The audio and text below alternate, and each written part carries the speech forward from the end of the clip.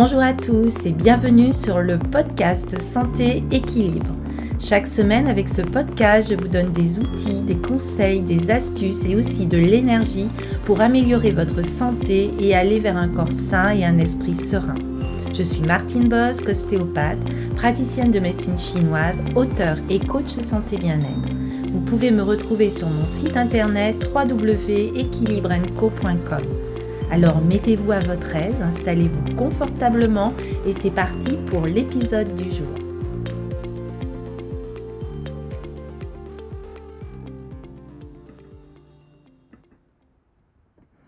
Bonjour à tous et bienvenue dans ce nouvel épisode.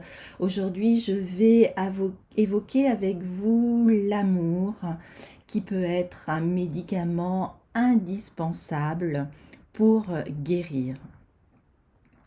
Alors, la question que l'on peut se poser est: sommes-nous capables d'aimer vraiment? Et on peut répondre, bien sûr, si nous sommes des fervents ambassadeurs de l'amour. Pourtant, aimer gratuitement, avec sincérité et sans attente, est loin d'être facile. Et je pense que vous le savez bien, vous aussi. Les difficultés s'amoncellent quand on quitte l'enfance. Il y a les peurs, les frustrations, les sentiments d'impuissance, les blessures, les mauvais souvenirs. Et tout cela entrave notre chemin vers l'amour. Et pourtant, ce sentiment est plus que salvateur. Il guérit, il nous guérit. Alors l'amour n'est-il qu'un sentiment? Se peut-il qu'il soit aussi une sorte d'intelligence universelle qui peut être capable de remettre de l'ordre et de l'équilibre dans nos cellules? La science a-t-elle son mot à dire sur le sujet? Et pouvons-nous utiliser ces travaux scientifiques pour concevoir une autre approche thérapeutique où l'amour serait notre médicament le plus efficace, le plus précieux et aussi le plus durable? Alors avant de donner des réponses sur le rôle de l'amour, qui resteront des débuts de réponses, restons humbles sur le sujet si vous voulez bien, et reprenons le problème à sa source. Peut-être là où l'amour a pu naître et où peut-être il a pu s'arrêter, quand nous étions encore des bébés jusqu'à l'âge d'1 an. Selon des neurologues, l'empathie est encore très présente chez l'enfant.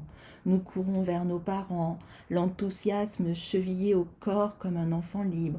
Nous les recherchons sans calcul avec le plaisir d'aimer et l'espoir aussi d'être aimé. À cet âge, l'amour circule librement dans nos cellules, dans nos organes, dans notre corps. Et pour la majorité d'entre nous, nous sommes plutôt en bonne santé. Puis, au fil des échanges avec nos parents, nos frères, nos sœurs, nos proches, nous allons apprendre par imitation, avec nos neurones miroirs, par résonance.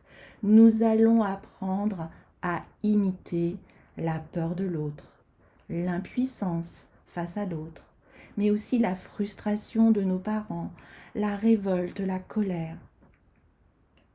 Et tout cela va se matérialiser dans notre corps sous forme de crispation, dans nos tissus, dans nos membranes, dans nos fascias. Alors, qu'advient-il?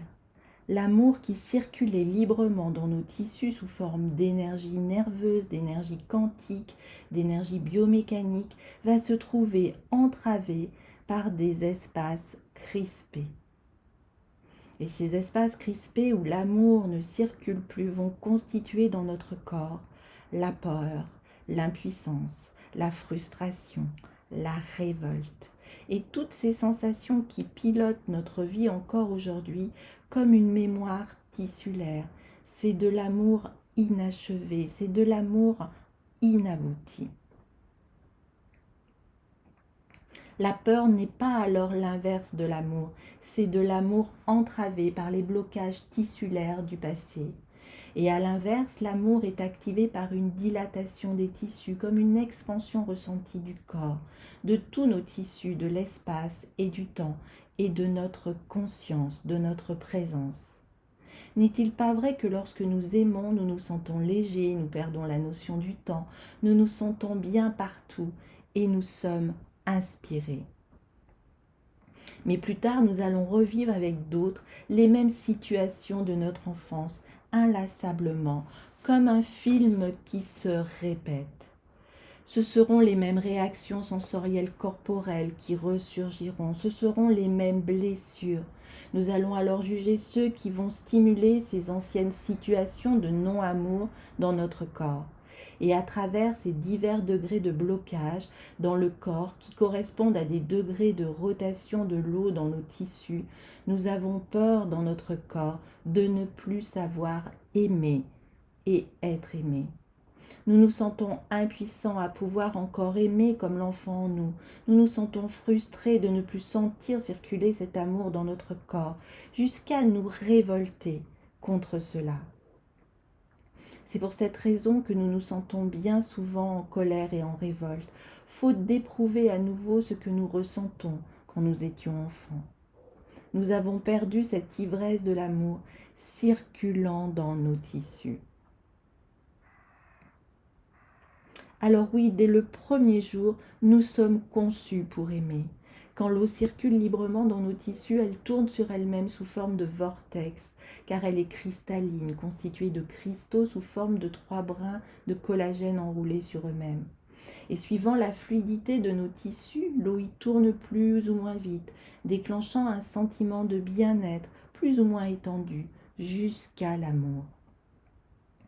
L'empathie, la compassion sont des degrés de rotation de l'eau hyperbolique dans nos tissus. À l'inverse, pour la peur, la vitesse de rotation est très réduite, voire statique. Ainsi, les structures dans notre corps sont constituées de cristaux liquides qui font tourner l'amour dans le corps sous forme d'eau, des nerfs vagues, ces grandes autoroutes neurologiques qui véhiculent l'amour du corps vers la tête. Il y a aussi des fascias qui se dilatent ou se contractent en fonction des relations qui nous entourent, et aussi un nœud atrioventriculaire au centre du cœur, activé par les nerfs vagues qui s'ouvrent lorsque l'amour est très fort.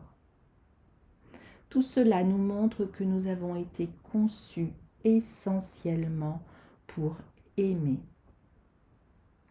D'ailleurs, la vie va inlassablement nous resservir les mêmes expériences que nous n'avons pas su aimer, les autres blessures, les mêmes compagnons de route, les mêmes relations, jusqu'à ce que nous soyons capables de libérer nos tissus figés et d'aimer toutes les situations de notre passé. Et au fil des différentes études que nous avons pu consulter et au fil de l'observation de la vie, j'en suis arrivée à la même conclusion que la seule chose dont l'être humain ne peut se passer dans sa vie, c'est bien de l'amour. Et ces cellules non plus ne peuvent pas se passer de cet amour. Ainsi, on peut prendre l'exemple de la Roumanie, qui a été libérée dans les années 1980, et les orphelinats roumains ont rouvert et ont dévoilé au grand jour un spectacle épouvantable. Des jeunes enfants orphelins qui, faute d'avoir reçu de l'amour, du contact, de la tendresse, de l'affection, avaient contracté de très graves pathologies neurologiques. Plus encore, la plupart d'entre eux étaient décédés, faute d'avoir reçu un contact juste de peau à peau. La pédiatre Catherine Guéguin, dans ses ouvrages sur la neurologie de l'enfant, met en évidence que le cerveau de l'enfant se développe harmonieusement grâce au maternage, en sécrétant des neurohormones comme l'ocytocine, qui permet aux connexions neurologiques de se développer harmonieusement. C'est notamment le cas des connexions neurologiques qui se développent entre le cerveau préfrontal, notre cerveau le plus évolué de la tête, et notre cerveau limbique, le cerveau de nos émotions dans la tête. En d'autres termes, manquer d'amour tue. Plus nous sommes maternés durant notre enfance, plus nous pouvons produire d'ocytocine et plus nous pourrons plus tard faire face à nos émotions d'adultes. car le cerveau préfrontal nous autorise à prendre de la hauteur face aux émotions du cerveau limbique.